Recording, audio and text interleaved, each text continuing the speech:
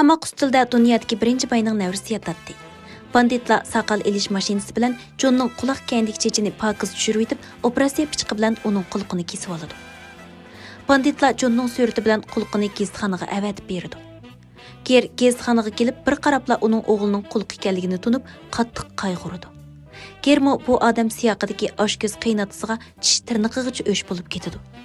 Chunki u navruz xatar ichida qolgan bo'lsa-mu, bir tiyinmi pul chiqarmagan bo'lib, Ger o'g'li Jonning qulqi kesilgan xabar besilgan 1000 parcha gazetini Paul Gaydining uyining oldiga tashlab qo'ydi. Navruzi Jonning qulqi kesilgan rasmini ko'rgandan keyin Paul Gaydi navruzning hayotining qil ustida ekanligiga ondan ishindi.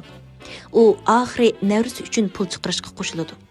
U kelinni suhbatlashishga chaqirib, siz Jonning beqish huquqini menga o'tkazib bersangiz, ondan banditlar talab qilgan pulni berman deb shart qo'ydi. O'g'lining hayoti hammadan muhim bo'lg'achqa, Ger amalsiz hujjatga imzo qo'ydi. Paul Gaydi bu qitimmo kelinni o'ngda qo'ydi. Chunki eng yuqori boj summasi $1 million bo'lg'achqa, u mo aram $1 million qaytarib olish summasi chiqarishga qo'shildi.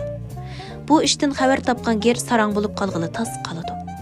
U xatarga tavakkul qilib, axborot e'lon qilish yig'inini ichib, bir tarafdan o'zida hozir $4 million Amerika dollari borligini jakarlasa, yana bir tarafdan soqchilar bilan aloqalashib, qarniyatlar bayqab kelishdan burun o'g'li Jonni qutqizib chiqilib bo'ldigan bo'lmaydiganligini sinab baxmoqchi bo'ldi. Lekin qarniyatlar uning hilim fikrini bayqab qolsa, Jonning hayoti har vaqt xatarga uchrashi mumkin. Kim bilsin, qerishqandak axborot e'lon qilish yig'inidan keyin Gerning rostli qolgan pulni chiqara olmaganligini jazmlashtirgan Paul Gaydi ondan $4 million uning avatib berdi.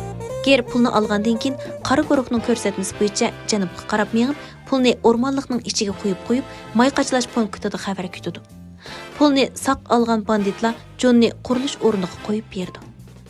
Ana bola oxiri jam bo'ldi.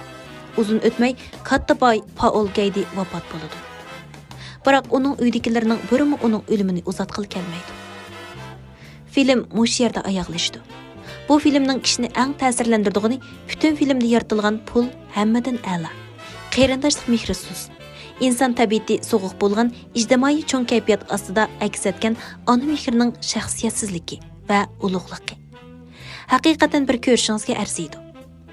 Qadrli mas'ullar, kelarki filmda ko'rishaylik. Xayr.